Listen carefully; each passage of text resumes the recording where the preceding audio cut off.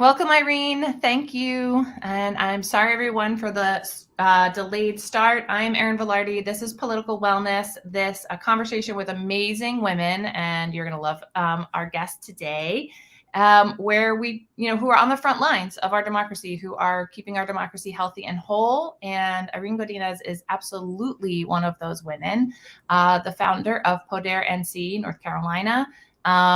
We know her through working with the New American Leaders.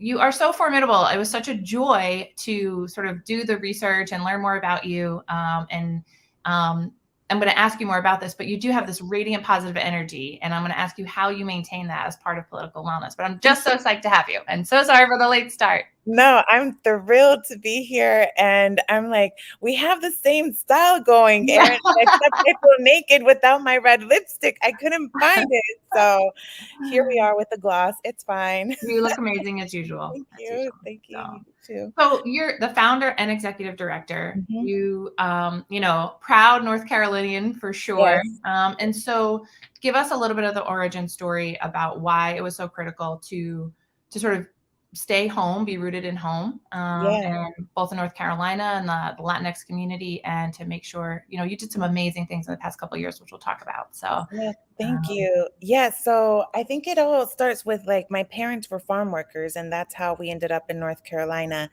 My family's Mexican, I'm Mexican, and I grew up in North Carolina at a time that there wasn't a visible yeah, Latinx community. And so I feel like I'm forever chasing that like feeling of um forever the underdog, feeling like an underdog. Like there isn't anyone else out here, but now yeah, we are a thriving community, and we are very well positioned now to build power. If we're not building power now, then we're ceding our future over to conservatives and people who don't have our best interests at heart.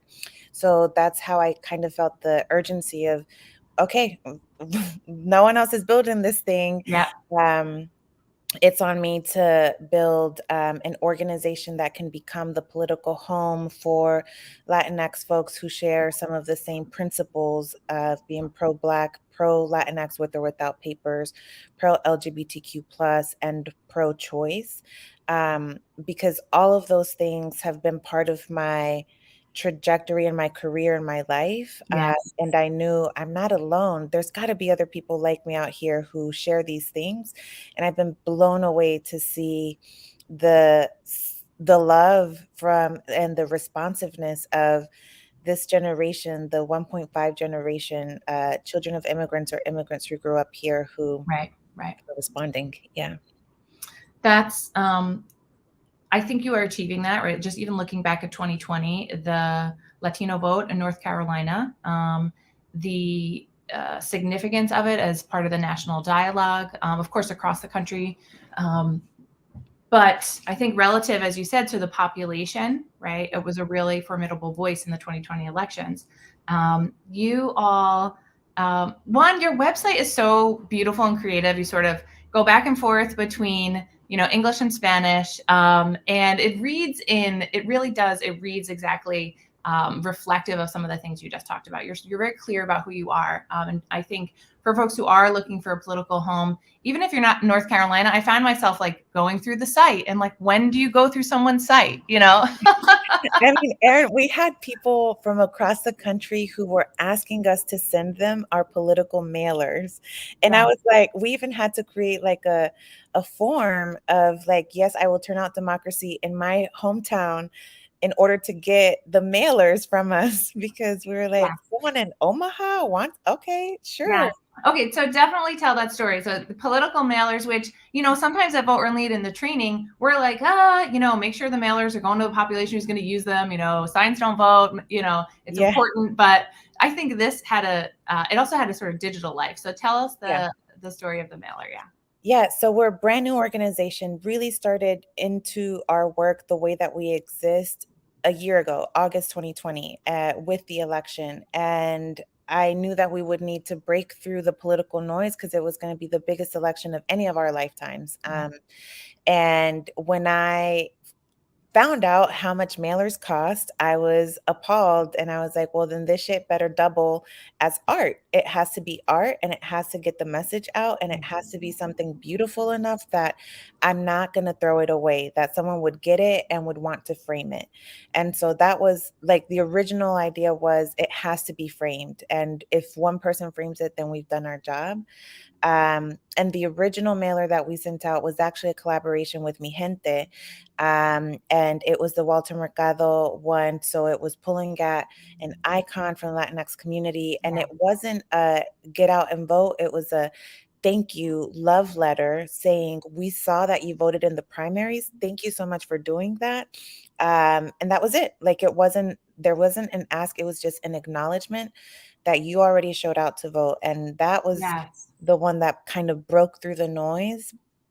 And then the remainder of the mail program were all modeled in the loteria style. So it's a traditional, like bingo like game that I grew up playing with my cousins in Mexico. And I had one of my sorority sisters who's a tattoo artist who had always wanted to contribute politically but didn't know Cool. how. Yeah. She started designing or bringing to life my concepts of the mailers, and they became beautiful pieces of art. And the same thing happened where we were asking them, for example, on the Cal Cunningham one for US Senate, we were asking people to vote for this person that we knew was a hard sell, but we knew it was the only choice for us. Like, there's no way we were going to support the Republican, but also acknowledging that he's not exactly our first choice. And so the digital life of that one, the mailer looked like his face with a whole lot of conchas, like Mexican sweetbreads that look like seashells in the background, because I wanted people to remember his name, and his name is not very memorable in Spanish. And I was like, how would my parents remember it? And then just the Cool. corniness of connecting Cal to Concha is what and it's what let us like create this beautiful artwork. And the digital life of that was, we're going to be real with our people and not say this is the best candidate ever. It was more like, you know, when you go to the Mexican bread store and your favorite colorful concha is gone and the only one that's left is like the one that has a white powder, like you'd still take it because you want the best, but it's That not is number such a one. strong, subtle, like, you know, like that is such fluency within your community in such a deep way that it's political brilliance. And people were like, they went there, but we were like, at the end of the day, we have to be honest with our community. Yes. And Yes. anyone can smell inauthenticity. And if Yes. we were trying to sell someone that we ourselves were not excited about, that we Yeah. were just doing it because it was the only choice that we had, like, how in the world would we ever get our community to believe and trust us when we are Yeah. actually excited about someone like this year, Sherry Beasley for 2022? You know, we had to be real with our community, and it stuck and people remembered. And it was really beautiful seeing the response from the community to that one, because they were like, oh, that's who you want me to vote for. And even Yeah. kids were sending us their videos of like, I wish I could vote for Concha Cal. Yeah. That is, it's so smart. It's so smart and it's so resonant. And yeah, I'm so like there was so much political wisdom in there. I took my pen back out because it really, Irene, it's like going with your gut, don't not trying to oversell, right? Like Mhm. using an artist, having this rooted in community, all of those you know, asking yourself like what would my parents want to see, you know, that sort of reflection, that is true political brilliance. And then being able to translate it, like getting a tattoo artist to do it. You know, some of these firms are like, here's our best mailers, and it's like you know, no, you shouldn't have your kids in the picture, you know. It's like your community Yeah. knows, your own folks know, yeah, what will Yeah, resonate. and it's no surprise to me as we've been reviewing who turned out to vote in 2020. Yep. One of the things that we realized is that 39,000 Latinx folks who had been registered and at most had only ever voted once, 39,000 of them turned out last year to vote. And these were folks that were in our universe. So because we constantly kept talking to them through the mailers, and that was layered with then digital ads, Yes. layered then with phone banking. And then once the election was over, we still sent them text messages saying, and this is what happened. These were the results of the Yes. election. Yes. And it wasn't Yeah. like we suddenly fell off the map. No, we're trying to build actual relationships with our people. Yeah. And one of the things that my mom would always complain about is everyone sends me all these things telling me who to vote for, but then like no one even tells me who actually won. And so we did the loop back around to let people know who won. And thanking them like that too. Yeah. Closing that loop is, Right. it's so critical. It's so key, right? And in the transparency, I think in like, hey, this is not our candidate. Like VRL is a 501c3. We don't endorse. You all have two-stack status, I think. So you're, able C4.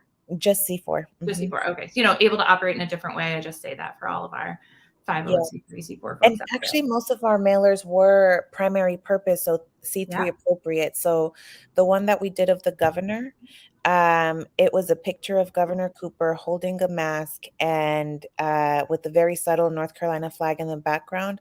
The back of it, it wasn't saying vote for Governor Cooper. The back of it was telling voters the responsibilities of a governor, the type Yeah. of decisions that they make. So it wasn't us saying, vote for Governor Cooper because he's doing X, Y, and Z. It's the person that's in this position is making executive decisions, Yeah. is securing, a budget, is the chief executive for a state, all of these things.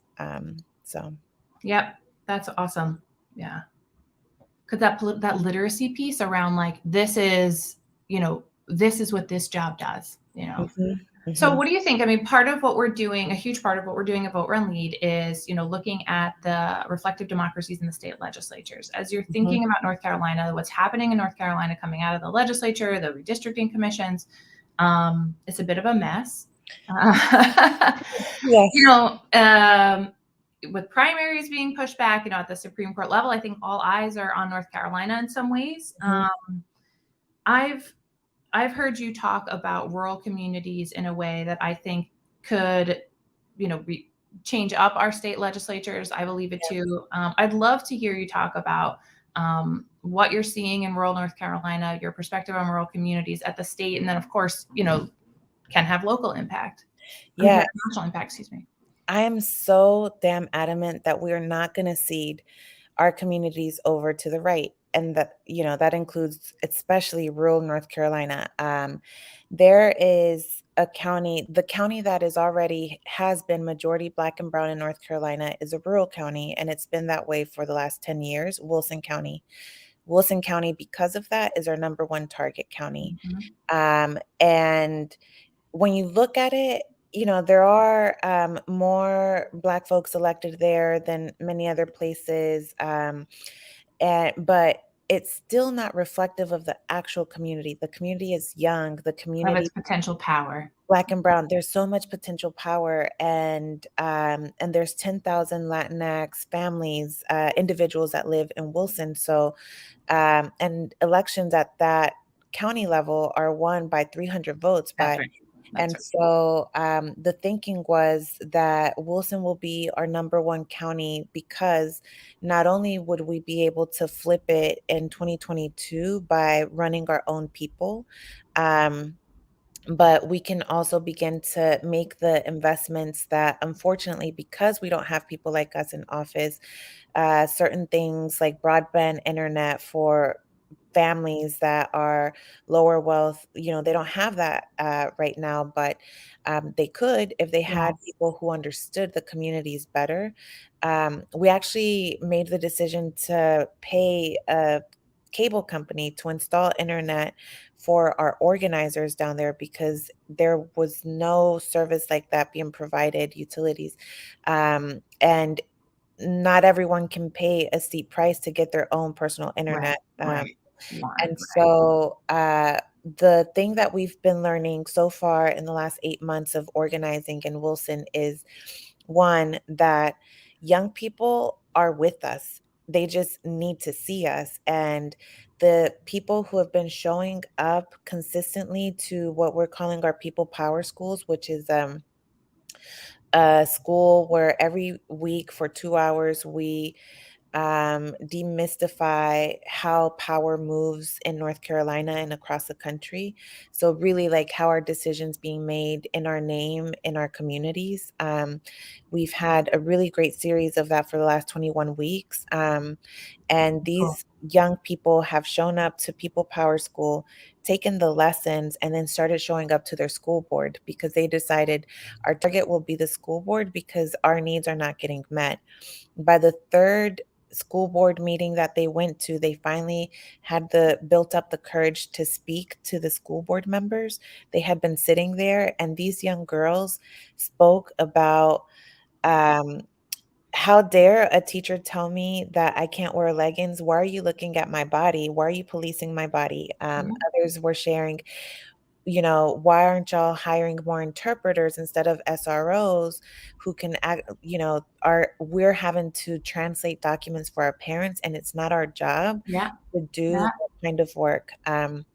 They were sharing all of this with the school board and in just a few months they went from being super shy and reserved to now organizing in their schools, organizing to have people show up consistently to the school board meetings.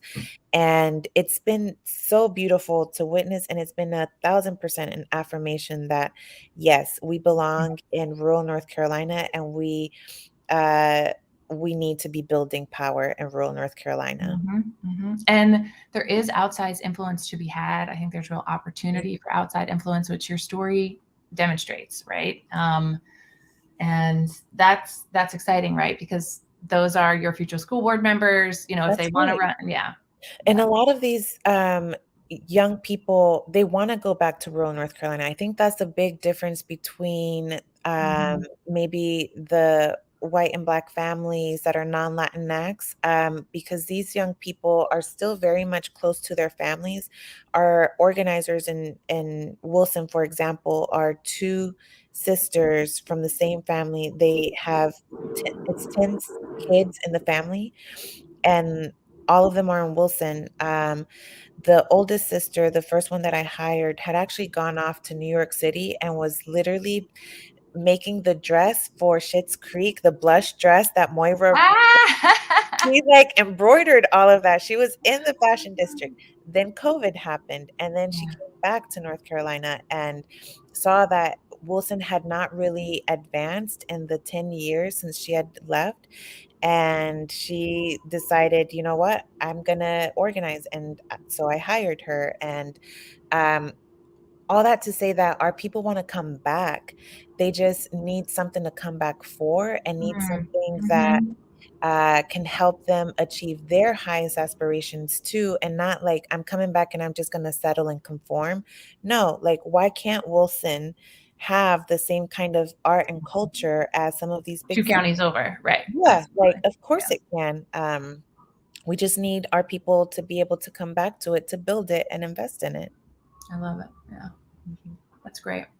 Um, and sometimes that's a funny Schitt's Creek reference, also, right? Like, Yeah, like, it's like, yeah, that's a cool life. yeah, she was, like, doing Yeah, Kelly Rowland's dress for a wedding and, like, all yeah, these things, and I'm just like, yeah, this team that I've assembled is, like, there's a lot of stuff that I have imposter syndrome about.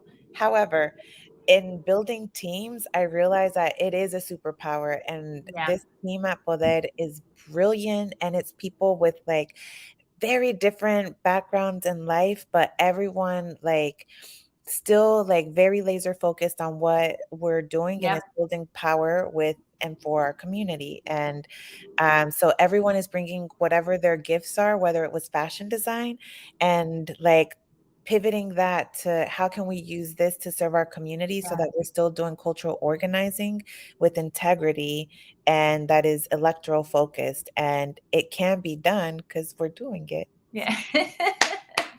Yeah. I love it.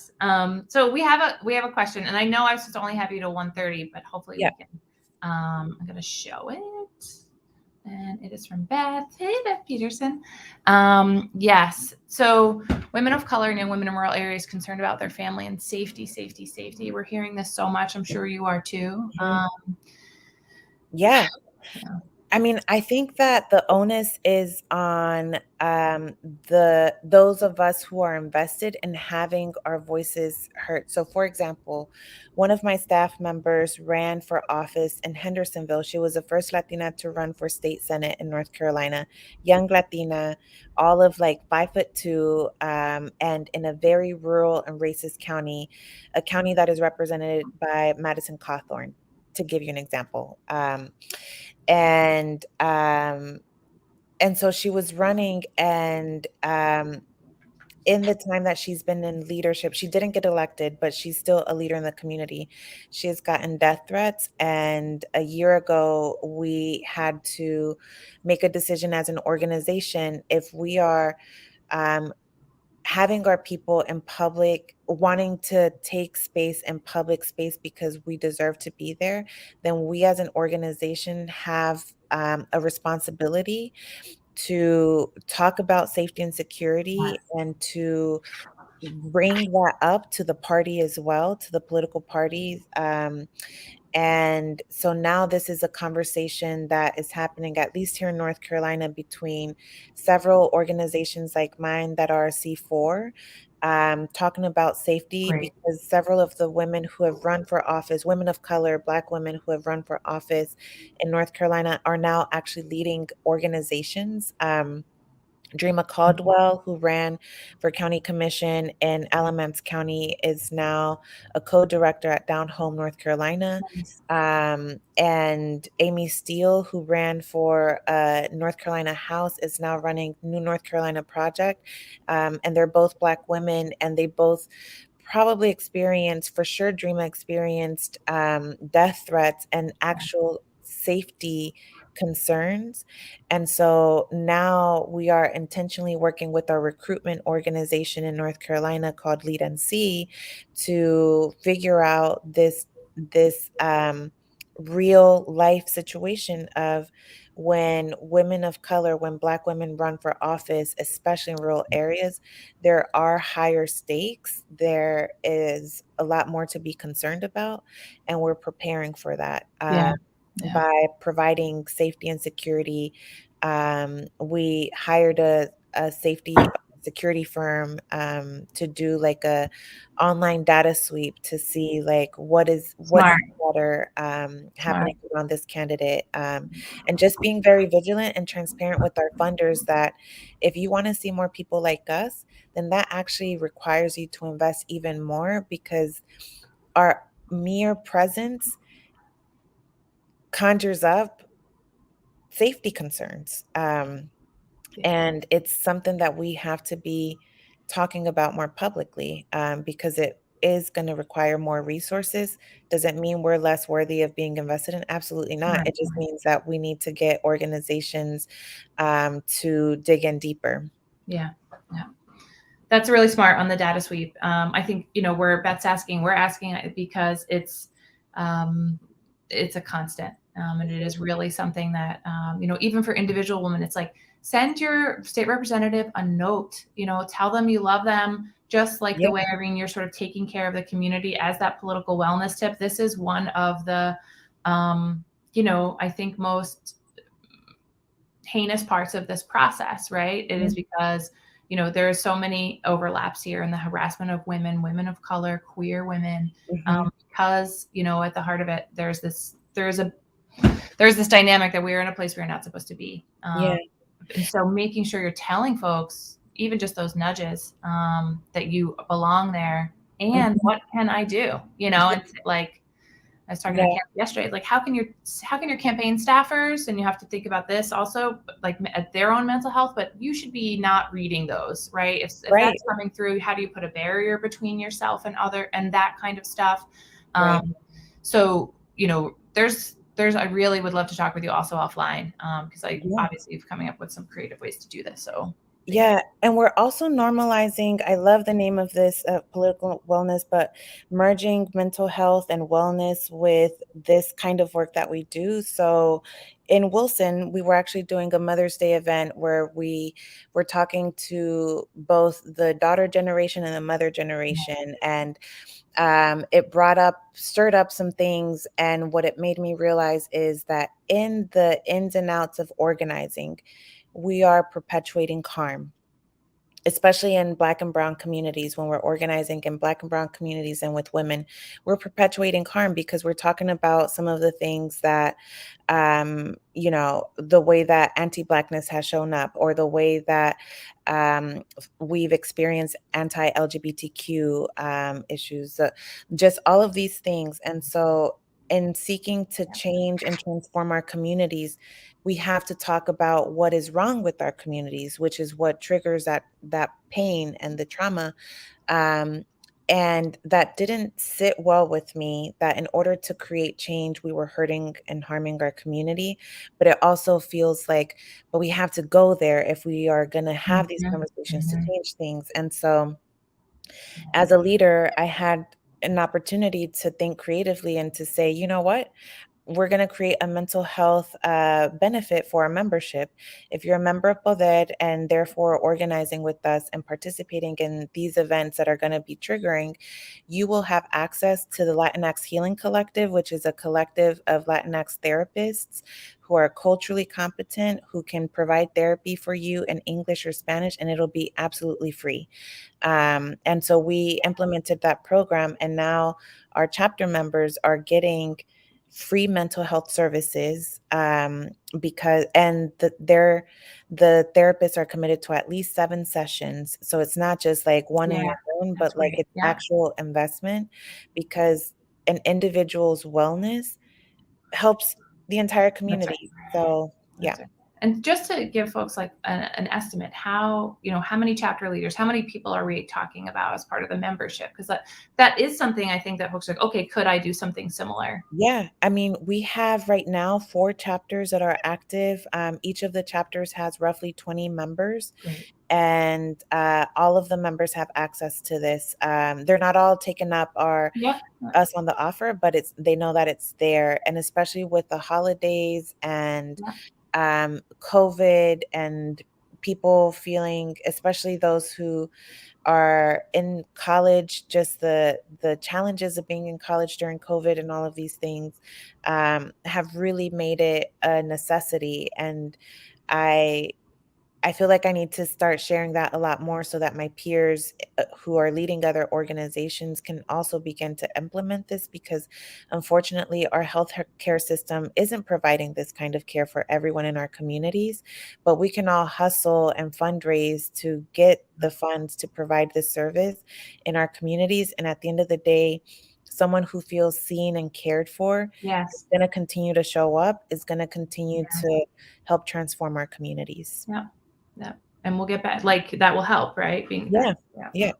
yeah, Yes. Okay. So I want to, on the political wellness, we didn't get to talk about North Carolina redistricting, but honestly, Google it, right?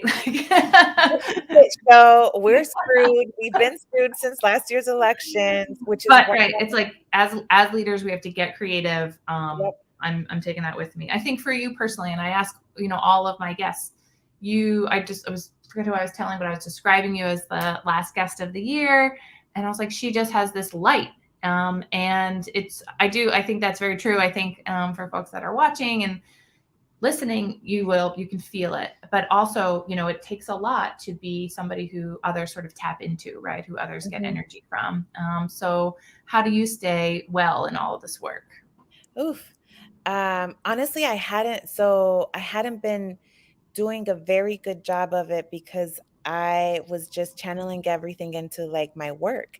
And now that everything is moving very well, I'm actually having to take that time to step away and to think, okay, what are the areas where I like excelled and where did I fuck it up? And in July, I took a vacation. It was Right. my first time in 2 years going on a vacation by myself Yes. for 4 days. And had my gin and tonics and my journal and listened to books. But then what has really helped me this year is actually reaching out for support. And I created a support sisterhood or a support group of friends with whom I talk to every day. Like those memes that float around, talking about the people that are in the group text, like they Yeah. have been my anchors and the light, um, and sort the light source for me.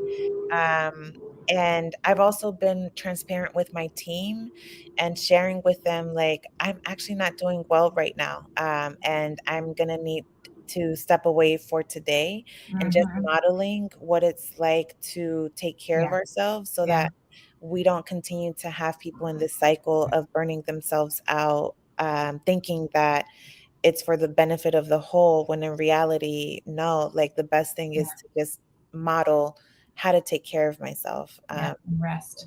And rest. Yeah, resting. So I'll be sleeping a lot, watching a lot of trashy TV, including the new Sex and the City, um, and finally settling into my house. I haven't been here very long, and I'm unpacking boxes and doing all of that. So, Well, your tree is also giving us fabulousness right now. So I God, think it was like it knew the question. It knew the yeah, question. It's I'm like, like, this tree is so extra. If yeah. I was a tree, I would be this tree. Like, it has all these settings, and my daughter loves it. And she was like, "And Mama, it's not gonna make Mother Earth sick because it's a tree that we can reuse year after year, an artificial tree." And I was like, "That's right, it's not." And she's 5, and she like knows. Yeah, That's cool. That's very cool. yeah. Well, this has been a joy.